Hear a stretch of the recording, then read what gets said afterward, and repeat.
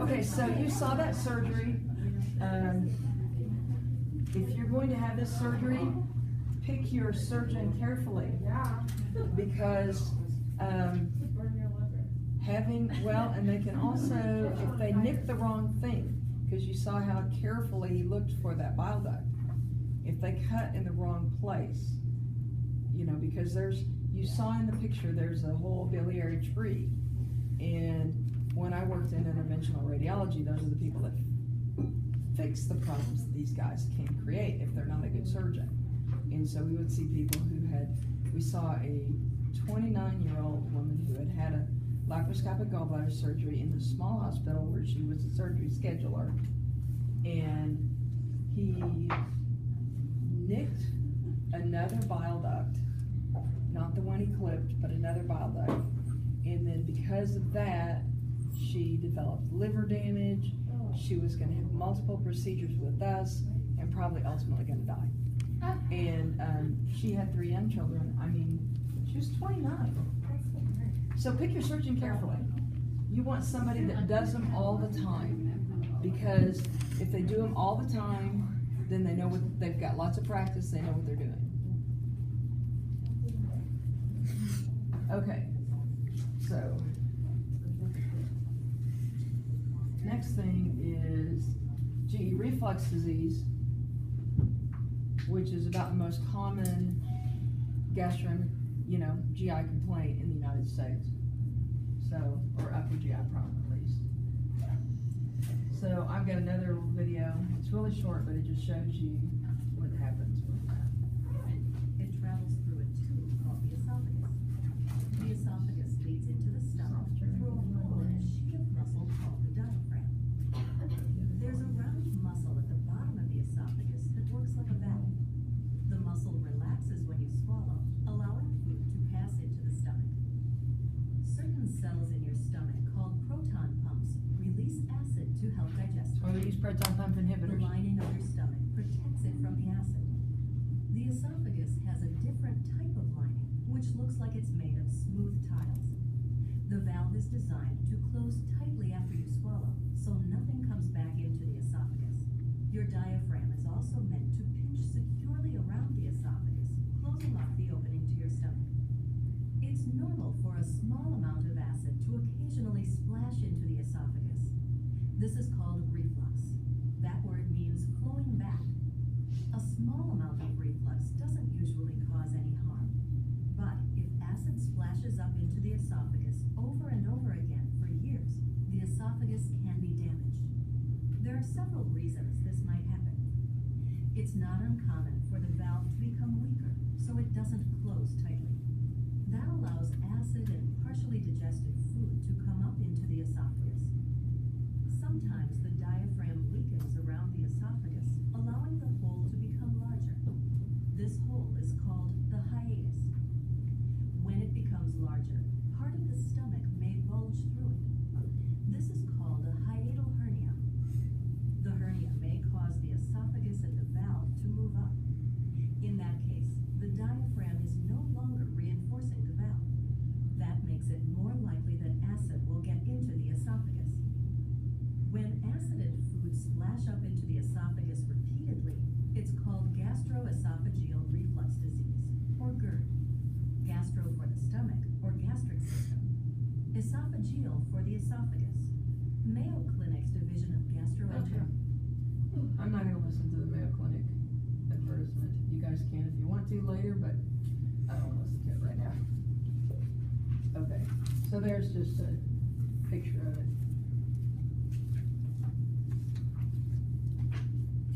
All right. So assessments and clinical manifestations, is you're going to have heartburn. They might have atypical chest pain, which they have to differentiate between actual cardiac chest pain, so it can mimic angina, which is the term for cardiac chest pain. So they really have to distinguish that. You might see newly diagnosed asthma, because with the irritation of the gastric fluids, then it can irritate the bronchi and cause asthma. hoarseness or pneumonia because of aspirating some of this fluid. They'll probably complain of indigestion. They might have regurgitation, which means that, you know, that fluid coming back up into the esophagus and sometimes all the way into the throat. Abdominal discomfort, feeling uncomfortably full, that's the indigestion thing. And then the symptoms get worse, as you might imagine, if the patient like bends over or strains, or when they lie down, because of gravity, obviously. With severe GERD, they can have pain after eating for 20 minutes to 2 hours. And then they also may have like belching, flatulence, and bloating after eating. There's no real definitive diagnostic tests that they do to diagnose it. They have to do, it's really done with an EGD or esophageal gastroduodenoscopy. So they're going through and they're going down the mouth and looking at the esophagus, the stomach, and the duodenum.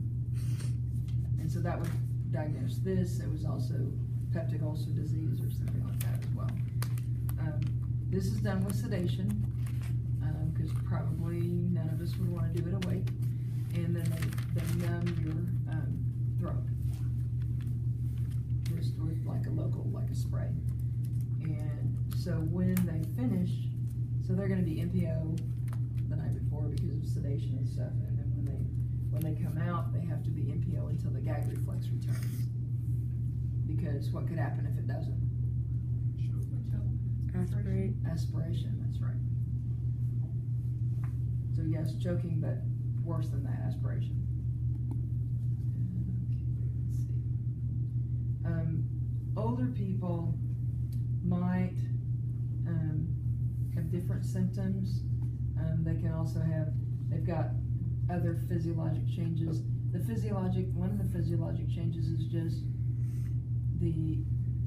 like they were talking about, the sphincter weakening, and the diaphragm might, you know, be a little more,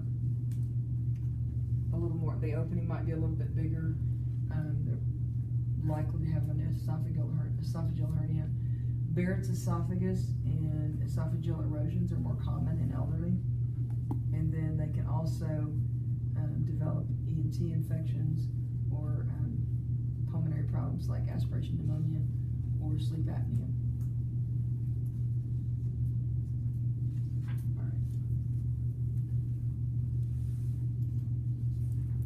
So one of the complications, they're talking about it can damage the esophagus if it happens long term, is Barrett's epithelium or Barrett's esophagus.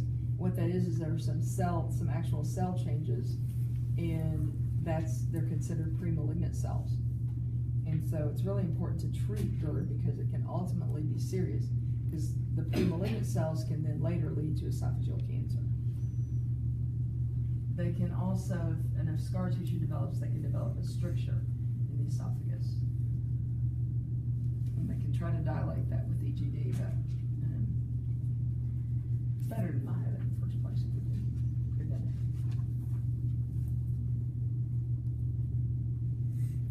Okay. A very small percentage of patients require surgery. Now I have a friend whose husband had these problems for a long time, but at some point his stomach went all the way into his chest. So then he had surgery emergently. But most of the time we can treat it medically, but if they do surgery, they will fix the height of the hernia at the same time. And what they do is they take the upper portion of the stomach and wrap it around the lower end of the esophagus and sew it together. So it reinforces that closing of that lower esophageal sphincter.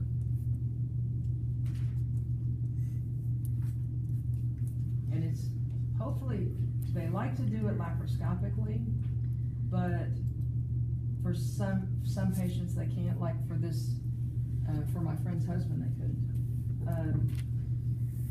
Because if they don't do it laparoscopically, then they have to, think about it, this is the diaphragm. So that's where they have to make the incision. It's a high thoracic incision. And so they're gonna have an NG for a few days. They might have chest tubes, and ICU for a few days. And the other thing is, deep breathing is painful. We're gonna want them to do the incentive spirometry because if you think about it, they're gonna be really high risk for pneumonia as well, right? They're going to need pain relief because every time they move or breathe, it's gonna hurt. Patients with large hiatal hernias are at higher risk for respiratory complications after this surgery.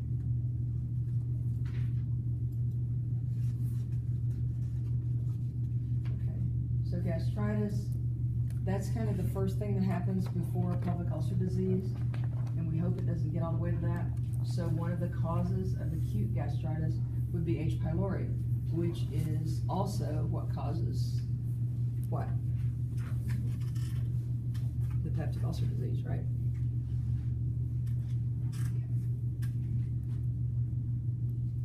All right. So, and long-term NSAID use. So NSAIDs are over the counter, a lot of them, not all of them, but Aleve, ibuprofen, and aspirin are all NSAIDs. And you know, a lot of times people think because they're over the counter that they're safe and you don't have to worry about them. Well, so long-term NSAID use can cause gastritis. And the other thing it can cause, you guys may have heard me say this, is renal failure. So it's important to just use what it says on there. If people are having more pain than standard doses of over-the-counter drugs can relieve, then they need to go see their doctor and find out what's wrong. Let's see what else I was gonna say. Oh, the other thing is NSAIDs need to be taken with food to decrease gastric irritation. And even if I had a student a few years ago who said, well, I can take it on an empty stomach. Well, that doesn't mean everyone can, and it doesn't mean that should be what you should advise your patients. So they should take it with food to prevent gastric irritation. All right. And then they can develop chronic gastritis, and that can be autoimmune. Our immune system sometimes does overkill. H. pylori, same thing. And see, if it's just a chronic thing, then they might be just treating it symptomatically. They might not know that the H. pylori is there. And then they can develop atrophic gastritis, bless you, after like gastric surgery.